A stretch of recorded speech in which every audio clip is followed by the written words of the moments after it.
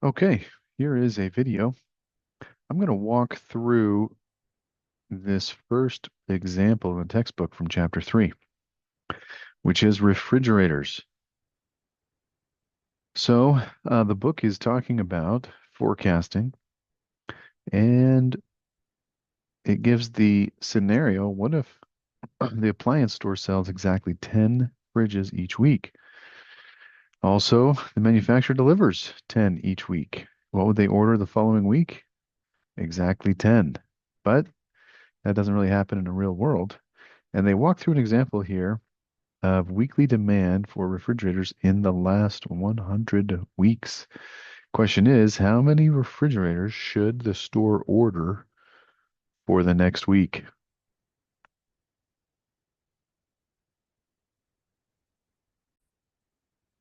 What I've done is I've downloaded the demand data from Canvas, and we're ready to use this demand data from the textbook to answer this question. How many refries, refrigerators should the store order for next week? And let's just follow the book here as we go down. The answer depends on what the demand is going to be. As the data show, the demand in each week, the last 100 weeks, was somewhere between 3 and 19 units. So if you look at this demand, the lowest was 3, the highest was 19. Further, it's not easy to predict what the demand will be next week. So to make a better decision, we must do some estimates, develop an estimate, a forecast for next week demand. We're going to create a model to help us do that. So let's go ahead and go to the next section here to help us understand three different models that we can make with this data. First, there's the empirical distribution model, and they have created a histogram of this data.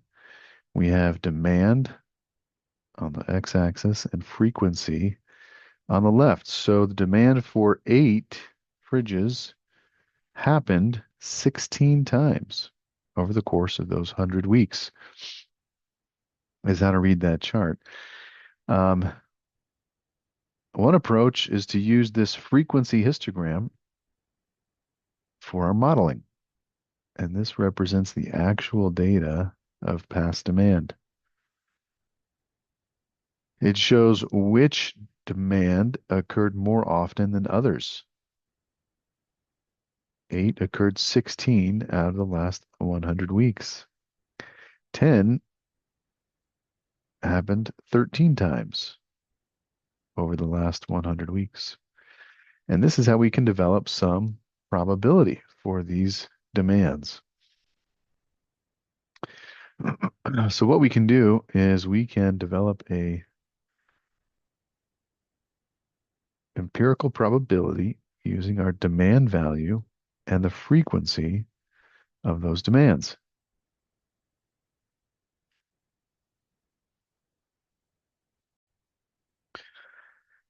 So let's create a histogram chart using the data that we have here.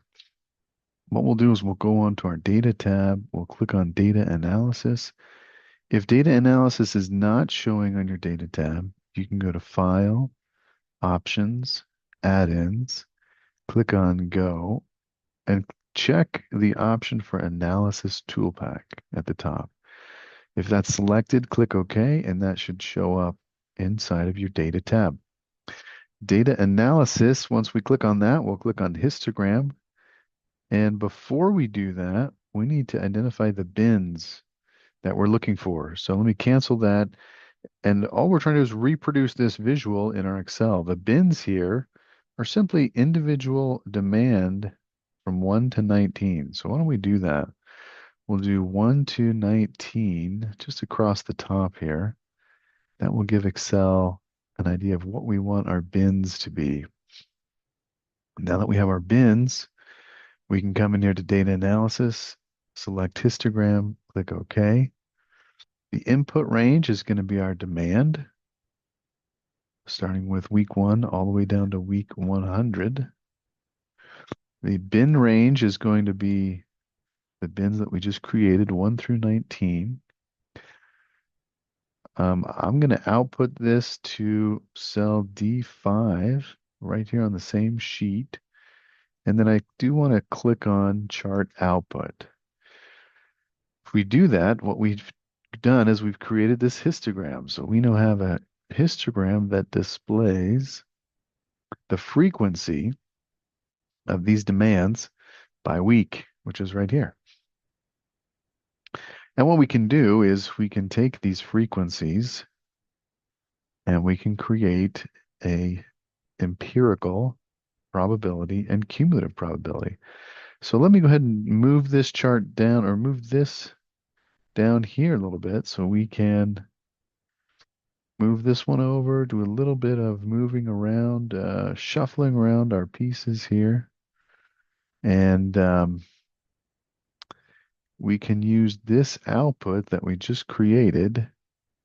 Let me just move this over one more here as the starting point for our empirical probability and our cumulative probability.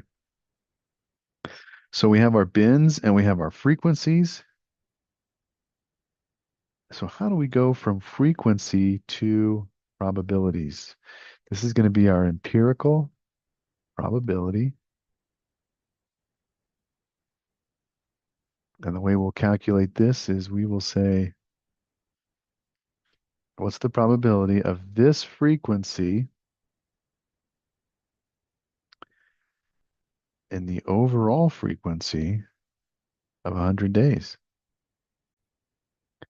So we'll do E20 divided by, and I have a habit of not referencing my cells. I'm just going to reference this. If I wanted to be really cool, I would select this and say, give me the max. And that would also give me 100%. And what we're doing here is we're creating a max. We're asking for the max so that we can create the empirical probability for each one of these frequencies. I'll copy this down. And just like we mentioned before, the demand of 8 happens 16 times over the course of 100 weeks. And so that empirical probability is 0.16. We do a little bit of formatting here. And that is our empirical probability for each of these demands. Here's our bins. These are keeping track of how many times we have demand of 8, how many times we have demand of 10. And this gives us our empirical probability. Our probability, cumulative probability is um, the cumulative. We're just going to add these together. So I'll take the empirical probability and I will add that up. And that should equal to basically 100% once we're all done. So here we have the empirical probability. We have the cumulative probability. We really don't need this line down here. There's nothing more after 19, so I'll just go ahead and delete these just because that gets us to 100 here at 19. There was once where there was 1 week where there was a demand of 19. So what we've done here is we've created a histogram. We've created an empirical probability for each one of these demands, and we've created a cumulative probability so that if we wanted to ask ourselves the question, what is the probability of demand in a week being 8 or less? We know that through our cumulative probability, using this empirical distribution, that 8 or less would be 0.45. That's our cumulative probability distribution that we would have 8 or less demand for refrigerators in the future. The textbook states empirical probability distributions are useful when the number of weekly demand is not large. Okay, so these are not large numbers here, right? 3 to 19 are not large numbers. As the number of possible values increases, it becomes more and more difficult For example, suppose the weekly demand for fridges ranges from 100 to 1100. In this case, the histogram would include 1,000 values for demand, right? 1,000 columns going this way in the histogram. But that's not the only problem. It's also more difficult to develop analytical models when demand is modeled by empirical distributions. Due to these difficulties, empirical distributions are often approximated by well-known distributions that have more tractable structures and are easier to work with. So when these numbers get too large, there's other models. Two of the most common are the Poisson distribution and the normal distribution. So let's go to the Poisson distribution. What does that look like? Let me just go ahead and label this as our empirical distribution. And let's come down here and create another distribution. And let's look at this one, Poisson.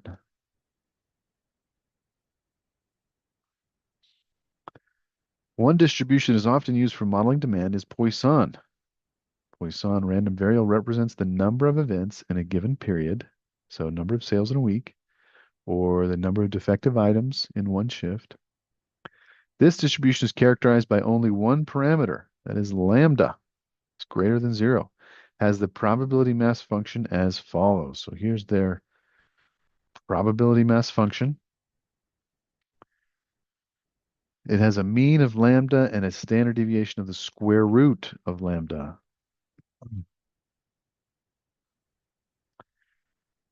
To use Poisson distribution to model the demand, first we find the estimate for the Poisson parameter. Remember or recall that the lambda is the average demand in a period. So let's look up the average here. What is our average demand? Actually, let me put this right here. Average demand is equal to, and I'm going to type in an average formula. I'm going to go all the way up to the top and I'm going to average my demand. What is the average demand? So my average is 9.25. Let's see, it might be helpful to have the formula text here. Okay, we have the average demand. This is an estimate for lambda. And here, what they've done here is they've calculated the lambda at 9.25. They're going to plug this into the formula to find out what is the probability of demand in a week that is 10. So they're going to put in this formula here. Luckily for us, we can use an Excel function. So let's do the Poisson function and let's look at 10. What does that look like? We're going to do Poisson. We'll do the dot distribution. This is the newer version. This is the old version. And our X here is 10. In fact, let me do this. Let me go ahead and put 10 here. Move this down so I can reference that. The X is 10. What's our mean? Our mean is 9.25. And the question is, are we going to do cumulative or are we going to do just the probability mass function? The probability mass function is just at that 10, at that X level. The cumulative distribution is everything else underneath that, including 10. So in this case, we're asking X being 10. So if X is 10, we're looking at the probability mass function, not the cumulative. So we're going to select false for this third option here in our Poisson formula.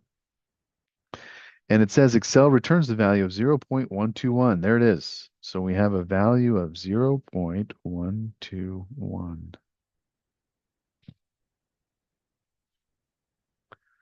Okay, so far so good.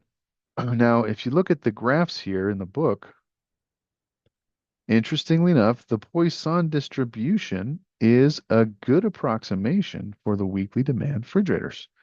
Look at that. There are some outliers here. 8's pretty high. 6 is high. Maybe 11 and 12 are a little bit low. But overall, it's a pretty good approximation, which is cool. Okay, so then they say, let's take this to the next level. Let's do look at cumulative, which is asking what's the probability of demand being 10 or less? How do we compute that? What we can do is we can use our very similar formula that we just used. This is going to be Poisson at 10 or less. What is that going to be? And we'll use the Poisson distribution. X is still 10. The mean is still 9.25. This time the cumulative is true. We'll select the true option here. And that is right here. Now, let's see, the book says 0.676, which is exactly what we get. Poisson distribution fits demand in many situations in practice. It's been shown if there's a large number of customers making decisions of when to buy randomly and independent from each other, then the demand in any given period follows a Poisson distribution. Interesting here, the language that they use when they talk about buying randomly and independent of each other, which fridges is probably independent, right? People are not hoarding fridges. It's not like toilet paper and everybody's buying at the same time. Everybody's buying randomly and independently. Okay, so the third distribution model here is the normal distribution model. And so we've done Poisson, we've done empirical, and now let's do the normal distribution. Here's our normal distribution model. Distribution model. And this one you may be familiar with from statistics. While Poisson has only one parameter, normal distribution has two parameters, a mean and a standard deviation. And here's the density function. Here is the mathematical formulas about how to derive this information, right? What we're most interested in is what does the normal distribution say will be the probability of particular demand for next week? So what we do is we use the above formulas, although we'll just use Excel and we'll create what the average, the mean is, and the standard deviation. We can do that relatively quickly right here in Excel. So this is our average demand. Again, we've already done this one. We'll do it again. We're averaging all the demand. It's still going to be 9.25. The other thing we're looking at here is the standard deviation. And we will use an Excel formula for that as well. I'll use the stdev.s for sample. And what is the standard deviation of this demand? 3.05. And if we look at the book, we have 9.25 and 3.05. So far we're doing pretty good. So far. Now that we have that, we are going to convert in, we're going to have some standardize the random variable z. We're going to do some standardization here. We get into some more deeper formulas of where this normal distribution is coming from. As we know, the standard random variable z is normally distributed with mean 0 and standard deviation 1. That's what standardization means, is we're putting all these distributions into the same scale, 0 to 1 being the first standard deviation. Then we have the mathematical formulas for the density function and the cumulative distribution. And we can see those there. And it also gives us the relationship between the cumulative normal distribution and standard deviation and the cumulative distribution of the standard deviation as follows. So here is the relationship. This relationship's important. It allows us to compute the probability of having certain demand values as well as cumulative probabilities for any demand values. Again, the math here is behind all of these equations that we're using. Suppose we'd like to use the normal distribution to approximate the probability that demand for refrigerators in a week is 10. Because normal is a continuous probability distribution, but demand is a discrete random variable, the probability that discrete demand is 10 can be approximated by the probability that continuous random variable D is between 9.5 and 10.5. So what we're doing is we are estimating the demand at 10 because normal is a continuous distribution, but demand is a discrete random variable, 10. So we have to take 9.5 and 10.5 to estimate what that 10 is. And basically what we're going to do is we are going to find in Excel what the continuous normal random variable is at 9.5 and what the continuous normal random variable is at 10.5 and take the difference, and that will give us an approximation for the probability at the discrete number of 10.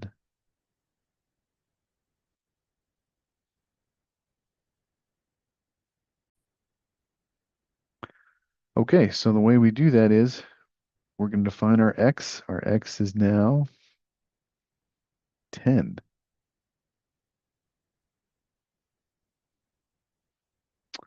So if we have our x is 10, we're going to find the normal distribution for the 9.5, and this is going to be cumulative. So this is going to be 9.5 or less. And the way we're going to do that in Excel is with our normal distribution formula. X is 10, our mean is 9.25, our standard deviation is 3.05, and we're going to do a cumulative distribution function. That's going to give us 0.597.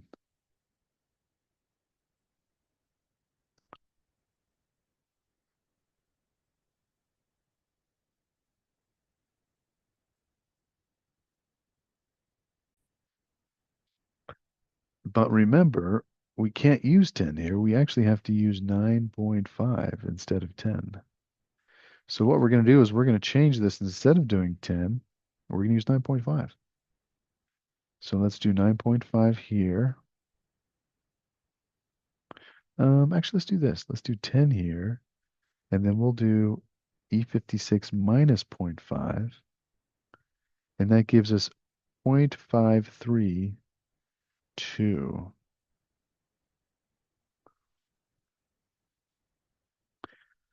And we're following along right about here in the book, right? So we're not doing all of this. We're going to do all this in Excel. The book gives you the manual, kind of the long process, how it gets there. Luckily in Excel, we can bypass most of that. And hopefully this is helpful to try to understand what the book's actually talking about. Let's do our normal distribution. Our x here is going to be the 10, but in this case we'll do plus 0.5. We have a mean of 9.25, a standard deviation of 3.05, and then we have a cumulative distribution is what we're looking for. And we have a 0.658. And notice that the numbers here are a little bit off from the book, a 0.6554 and a 0.5320. This is due in part because, or all of it, because of rounding. So notice how these numbers are not rounded. We have some more decimals. We have some exact numbers that we're using when we're converting. We're referencing the average demand and standard deviation. And so the decimals here is what's giving us a little bit off.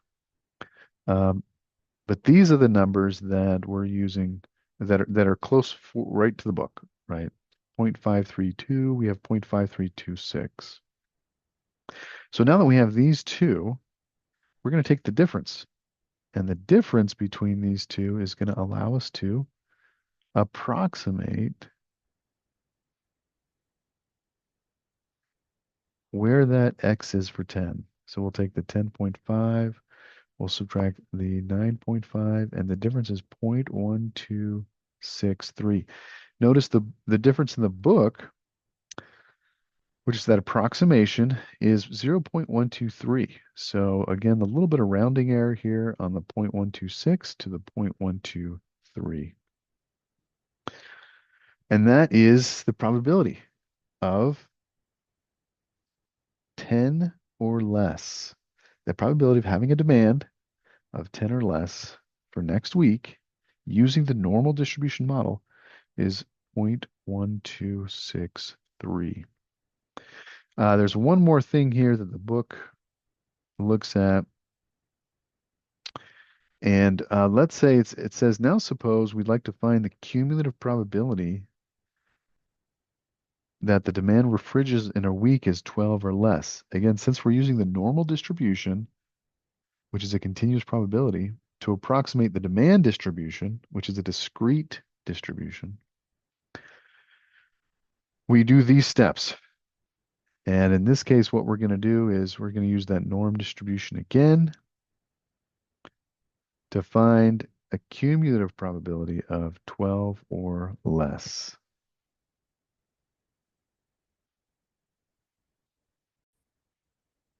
Notice that what we're doing here in this second part is we're saying we want to know the demand for refrigerators in a week if it's 12 or less. Our original question up here in this first part of the normal distribution is we were looking for a specific demand of 10.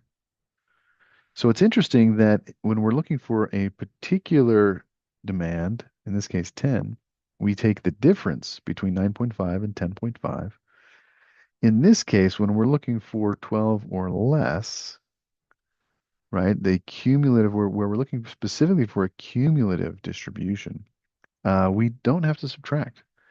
We do a very similar process, but in this case, we're looking for um, that 12 or less.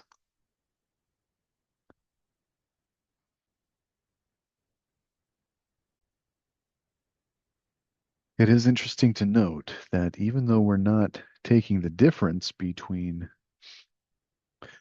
9.5 and 10.5 in order to get the 10, there is a correction we need to make because we're going from a continuous probability to an approximate demand distribution, a discrete district, like a single number. We do need to account for that continuous probability by adding 0.5 to the 12. So when we actually perform the calculation, the x that we are going to use inside of the norm distribution function in Excel is going to be 12 plus a 0.5. That 0.5 is going to account for this continuity correction. It's accounting for this normal distribution as a continuous probability distribution. So what we're going to do is we're going to find the cumulative probability of 12 or less. The way we're going to do that is we're going to use the 12.5. We'll use the normal distribution at 12 or less. And the formula is normal dist. X is 12.5. Our mean is still a 9.25. Our standard deviation is 3.05. Cumulative is actually going to be true. We're doing 12 or less at 12.5. And Excel returns 0.856. And again, that's a little bit off from the rounding from the book of 0.857. This is what this means. This whole section has been looking at these three distributions: empirical distribution, Poisson distribution, and normal distribution. And how do we build a model and predict what the demand is going to be based on each of these three different models? Hopefully this is helpful, and let me know what questions you might have. Thanks.